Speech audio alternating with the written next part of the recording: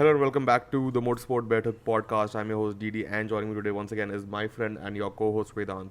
On this episode, we'll be talking about the Zandvoort GP. So let's grab some chai, take our seats, ready our opinions, and dive right into the conversation.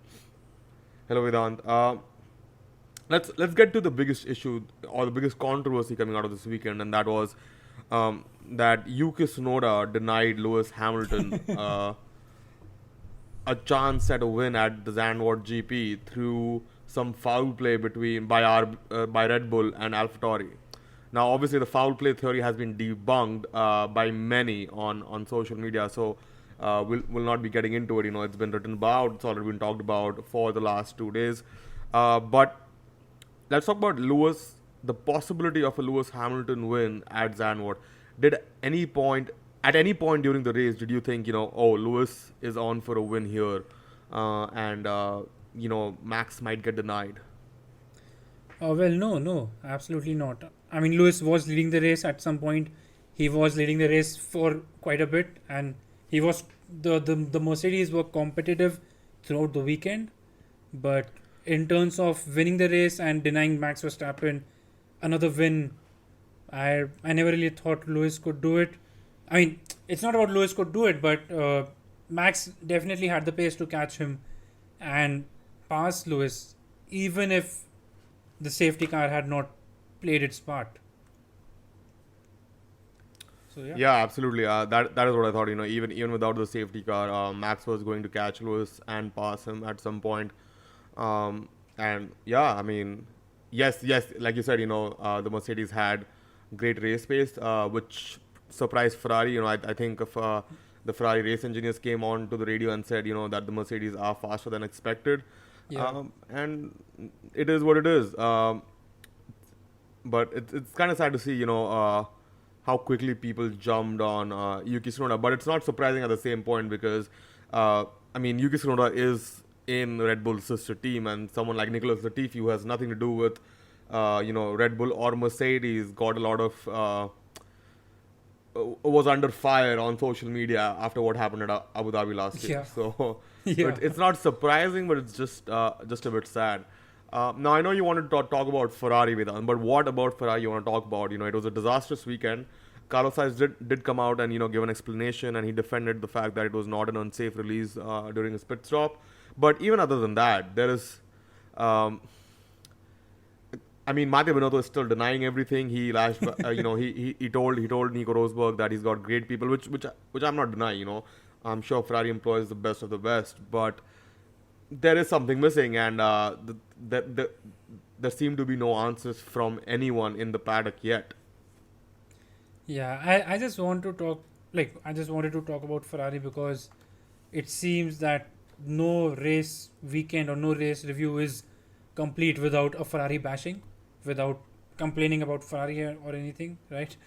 But yeah, I think again the pit stop, the oddly placed wheel gun for Carlos Sainz, both the pit stops for Carlos Sainz as it were, and yeah, I think it's not we didn't see a major strategical blunder, but then again the 12-second pit stop was a big blunder in itself, and it's just sad to see Ferrari digging a hole for itself and keeping that hole every week. Like, they're not trying to rectify anything, they're just in that hole right now, and they might even dig it deeper, who knows. What I also didn't understand was, if they were gonna put so I remember Charles' strategy. I don't remember Carlos' strategy, but Charles started on the soft, went on to the mediums, and then did like his longest stint on the mediums, and then went on to the hards before the safety car came out for the last 25, 26 laps. Now, if you're going to put Charles on the hards, then why are you waiting so long on the mediums?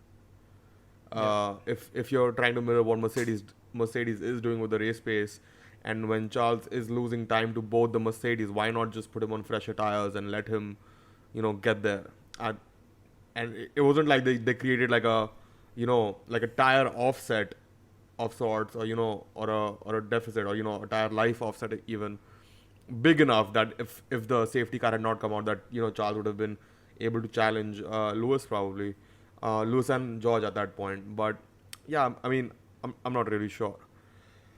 Yeah, we'll see what happens. And like I've said, Ferrari's development pace hasn't been on. It hasn't been competitive enough with Mercedes and Red Bull. And it'll be interesting to see what they do in the off season with a little bit more time than Red Bull, but also a little bit less time than Mercedes.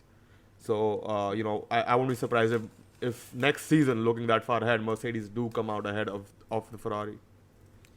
Yeah, but like I'm pretty sure Mercedes will finish P2 in the championship, and Ferrari will Ferrari will get more testing time than both Red Bull and Mercedes. But yeah, that's another argument. But yeah, I think it's vital that they. I'm pretty sure that they are doing some introspection at some level. They are doing some sort of auditing internally at some level. But I think it's damn time that they rectify all those mistakes, and they try to improve as a team, try to identify these shortcomings and work on them, instead of just identifying these shortcomings and saying that we have the best guys and we have good guys and moving on. So it's time to improve on whatever they are finding out, and hopefully they have a better season next time out. That's a big hopefully. But anyway, let's look a little further down the grid, right? Oscar Piastri finally opened up about finally confirmed by McLaren that he's been signed after the CRB announcement that Alpine don't have a right to Oscar Piastri's services, and McLaren do. He was officially announced, and he spoke out about how Alpine did not believe, basically did not believe him that he was leaving or whatever, and did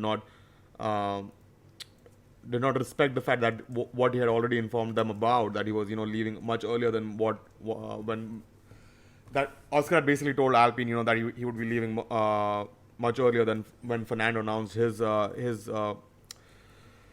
move to Aston Martin, which just goes to show the reason, again, it just highlights the reason why both these drivers chose to leave when they did. And one of them is arguably going to a worse team than Alpine in terms of the pace that the car can provide, and the other one is making a sideways move. He's not moving up the grid particularly. He's making a very sideways move to McLaren, where he knows it's not a safe future, because McLaren has so many people waiting in their program to take that F1 seat, whether that's from IndyCar or otherwise. And we talked about this earlier, and we said it doesn't seem like a good enough move for Oscar Piastri to leave Alpine and go to McLaren. It's a lateral move, and it does not make a lot of sense to leave what seemed at that point like a short seat, but we didn't know the fact that that Oscar had already signed with McLaren much earlier, and it informed Alpine of what his plans were.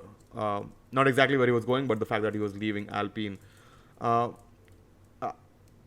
What are your thoughts on that? What does Alpine need to do or change? Because Otmar seemed pretty upset, but at the end of the day, which is also justifiable, because obviously Alpine invested a lot in Oscar Piastri, but at the end of the day, we understand it as business, right? Like Daniel Ricciardo has been let go, and everybody in this business is trying to find a way to get the best for themselves. So why be surprised and act the way Otmar did, which is a bit surprising almost. Compared to what we see from Otmar usually, which is very calm and composed, doesn't really usually say much. It's just been a very weird time at Alpine, and hearing from all the parties, it's been quite confusing in a way. Yeah. Well, Otmar, strangely or coincidentally, has been involved in a few contractual issues for the last few seasons. We had the Sergio Perez issue at Racing Point, and when he was the team principal there, and then Otmar was let go by Aston Martin, and then when Otmar comes to Alpine, we have this issue again. So obviously these are all coincidences, and there's nothing wrong with fundamentally wrong with Otmar's leadership, right? But I think in terms of Oscar Piastri, like he needed a drive for next season. Uh, Alpine were trying to broker a deal with Williams for a loan, but obviously Oscar would rather drive for McLaren than Williams Yeah, because but Williams was at the like back of the grid. the way Oscar described his dealings, it seemed like he didn't want to wait anymore, because Yeah, exactly. with the very fact that Oscar signed before Fernando announced his move, to the team, goes to show that Oscar thought that Fernando would stay with the team another couple of years, and then he would have to wait in the wings, and he had a better opportunity to get into F1 Yeah. quicker compared to and a guaranteed opportunity at that, compared to what Alpine were offering him. A guaranteed opportunity and a competitive one. And Yeah. like Alpine were offering him a Williams seat if it became possible, right? But but McLaren offered him a seat straight away, and any racing driver, like if you are in the flanks, if you are waiting for your first F1 break, and you get a chance like that, you do not wait.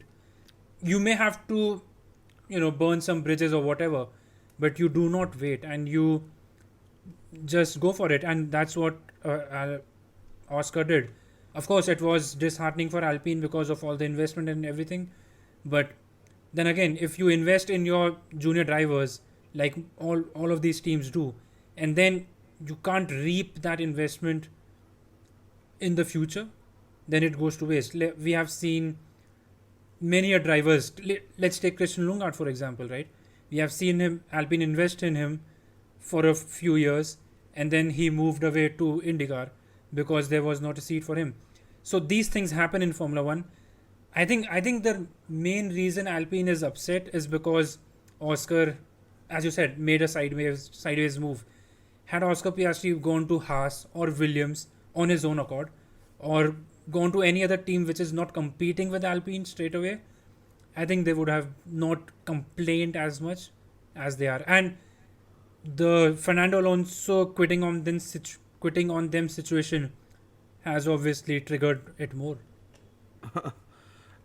Yeah, but definitely, again, the way I look at it, at the end of the day, it's business, and Yeah, if you absolutely. can't do enough to retain talent, and it's the same in the industry everywhere, right? Even as engineers, right?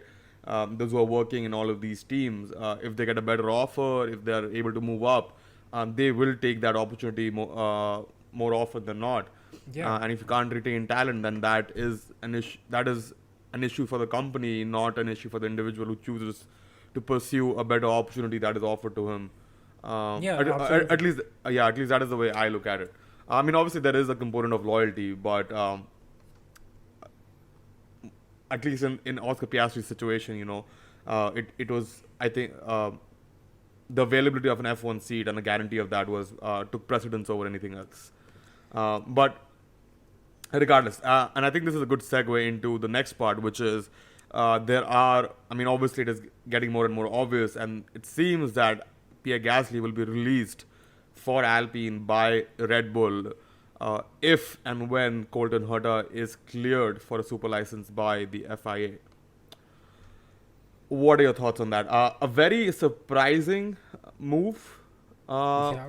in some ways, and not surprising in other ways. But what are your thoughts, Vedant? Yeah, absolutely. I mean, for AlphaTauri and Red Bull, it's definitely a, what do you call it, left field move, or right?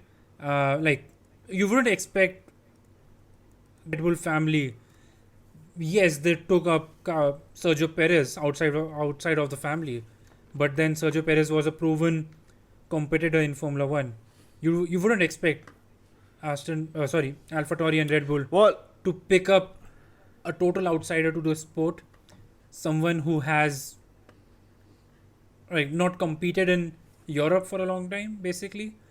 But then again, the Colton Herta brand, the Colton Herta talent, as it were, is huge enough to attract a Formula One interest. And as I think you tweeted out from our account that Colton Herta is to what a young Max Verstappen was, right? So Yeah, it's yeah. definitely true. And when you look at it, someone like Red Bull and someone like AlphaTauri would be attracted by his raw pace. But to add to that, is Colt? So I think Helmut Marko, Christian Horner, someone, either of them came out and said, Colton Herta is the only option for Red Bull at this point of time. Is that necessarily true though? Oh no, No, not in my opinion. no, no, no. I can see why Colton Herta appeals, or Colton Herta's talent appeals to someone like Helmut Marko, like I explained in my tweet. But at the same time, I don't agree to the fact that he is the only choice that Red Bull have to sign to their basically their sister team or junior program, whatever you want to call it. Yeah, definitely he's not the only option. I mean, if you look at it, uh, Liam Lawson has equal Formula One experience than Colton Herta. You never know. Liam Lawson may be a much better Formula One driver than Colton Herta, right? So But even from IndyCar, young talent, if they really wanted to poach someone, they could poach Pato O'Ward, who's definitely Yeah. had a better time. They could definitely poach, someone like Alex Palou, who's a championship winner, Champion, yeah. who's done even better than Pato O'Ward. They could. So I feel there's better talent out there, but I also understand where Helmut Marko is coming from, because I don't think anyone has the raw pace that Colton Herta has in an IndyCar on any given day. yeah, absolutely. And send Colton Herta to Franz Tost, and he will make a decent racer out of him, right? Yeah. So I mean, Colton, that's what he said. Colton will have to move to Italy for a year or two, but he'll come out a much better racer, a much better driver. Imagine Colton and Yuki, the most unlikeliest of friendships. Yeah. But let's take it a bit further. Let's say Colton is cleared by the FI. Now there have been articles out there that have talked about Colton's possible move to F1, but I haven't had a chance really go through them and read through it. So I don't know if there is a quote from Colton in one of those articles, but is Red Bull where a driver who might want to stay a bit longer than a couple of years, should a driver, let's put it this way, should a driver like Colton Herta, who might want to stay more than a couple of years in F1, go to the Red Bull family? And the reason I say this is because when Colton is moving to Red Bull, or the Red Bull family, yes, he the job that he will take or eventually take up if he does well is Sergio Perez's, not Max Verstappen's. Yep. Max Verstappen will still be the golden child for Christian Horner and Helmut Marko, and I don't think Colton Herta wants to. It'll be a Nico Rosberg and Lewis Hamilton situation if Colton does end up doing well, which is very likely. See, from the way I look at it, is if Colton moves to AlphaTauri and he does well for a couple of seasons in AlphaTauri, Colton himself will not want to move to Red Bull alongside Max Verstappen. Yeah, but if he's an Colton- F1, he'll want to Yeah. win the world championship, and who better than Red Bull to give him that chance? Yeah, that's the thing. I mean, Colton, maybe Mercedes are interested in him. Maybe he can attract a better place where he is a lead driver or sort of an equal driver like we have in sort of Ferrari right now, but not exactly. But I mean, definitely he won't want to go to Red Bull alongside Max Verstappen and have Christian Horner come into his earpiece and say, "Let Max by," right? That's not what he wants. So Yeah. I think if he goes to Formula One, if he has a couple of decent seasons and attracts a top drive, he might easily jump ship from Red Bull. And any team like Mercedes would, obviously this is all contingent to Colton's performance, but a team like Mercedes would be happy to pay the buyout clause for Colton to Red Bull, maybe. Yeah, maybe. It's definitely a very surprising move, nonetheless. Obviously McLaren was making all the headlines, but having considered all of that, obviously McLaren want to be America's F1 team, and whatnot. Where does Red Bull fit in this situation? Because yes, they'll have an American talent in Red Bull, but given that they have been a Dutch team through and through, how does that position them, if in any way, for the American market? Does that make them more popular as a team? I'm not sure. I mean, see, I don't know the ground reality in the USA right now, but I'm pretty sure Red Bull is Red Bull is already one of the more famous teams, more supported teams in the US, probably because of all the campaigns they do in the USA, like the Daniel Ricciardo hype from a few seasons ago, the Max Verstappen hype right now, and given the Mexican population in USA, the Sergio Perez hype, the Sergio Perez fandom, right? So I think Red Bull is already very strong in USA, and having Colton Herta, having an American driver, will not hurt them in any way, Yeah, and yeah, it yeah. will No, no, only no. make them more famous and more like appealing to American fans. So it's Yeah. a win-win for them commercially. But yeah, let's see how Yeah, he definitely, performs. definitely. Uh, yeah, we'll see what happens. Yeah. But again, that this all of this has also brought into the spotlight, the FIA's super license point system, Yes. and it has been under fire on social media for a week and a half now, and we've talked extensively about it and how it needs to be restructured and whatnot. Um, but apparently there are workarounds that will allow folks to drive. But the question is, do you really want to put a driver through an FIA investigation, if you may call it, a driver from IndyCar to be able to be deemed eligible for F1? No. No. uh, Absolutely but not. the question, I mean, obviously, we've talked about how there is a bias for the FIA ladder and whatnot. But what do you think is the reason the FIA has shied away, or has avoided mending the super license point system for IndyCar, even though there is clearly unanimous support for it from most people in the sport? Well, I'm not sure, and this might come out as the wrong way, but sometimes Formula One in itself can be an elitist sort of sport sort of situation, and we have seen like even this situation right now with Colton Herta and everyone, like it's there. Like Formula One does not, let's say, uh, I don't have the words, but it sort of feels like Formula One is, like we call it, the pinnacle of motorsport, right? But Formula One is a self-proclaimed pinnacle of motorsport due to the commercial side of it and due to the glamorous side of it. And maybe the FIA have taken that brand on their ego or whatever the thing is. But yeah, in the end, it's all a lot of politics. It's all a lot of, I don't know, mumbo jumbo politics or whatever. But yeah, I think IndyCar should be at least equal to Formula 2, if not higher, on the super license points hierarchy.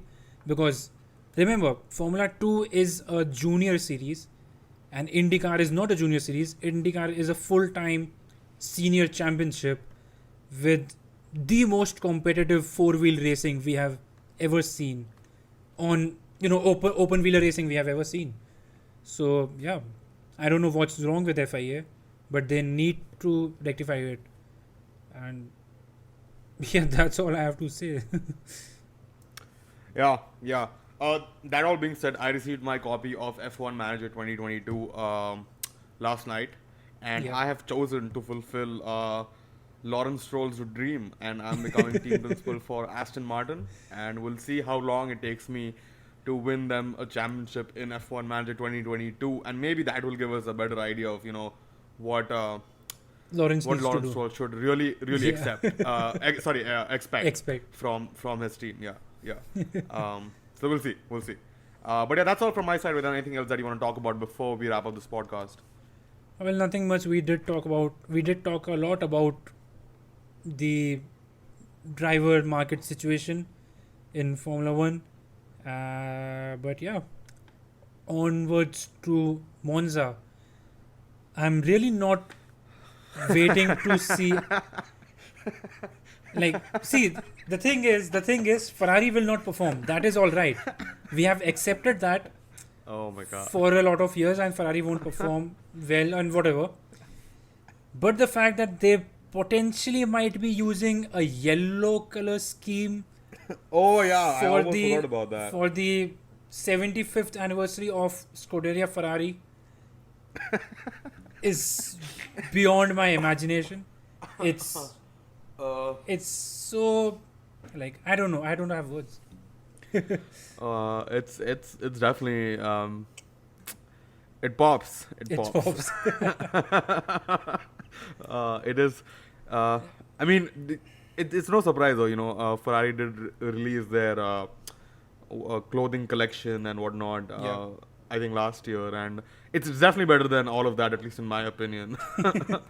But yeah, yellow is gonna stand out when everybody shows up in red Yeah. at Monza, which is gonna be a little bit weird.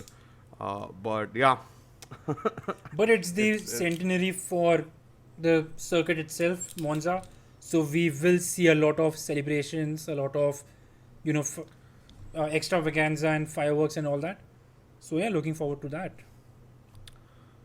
Yeah, looking forward to seeing all that celebration, but nothing on the podium from Ferrari. Absolutely. I mean, But yeah, if thank it- you, thank. yeah. No, I'm Sorry, just yeah, saying, if it happens, it will be a miracle. Yeah, I mean it will be because there's only one podium place really remaining. You'd expect Yeah. both the Red Bulls to be 1-2, and there's only a third place remaining, and I would imagine the third place will go to Alex Albon Yeah. in the Williams. Yeah. Oh yes. Oh yes. Yeah, so That car. Absolutely. So let's not forget about that. But yeah, thank you, Vedant, for joining me once again. Don't forget to catch the IndyCar finale next weekend. Exciting stuff there. And as always, we'll catch you on the next one.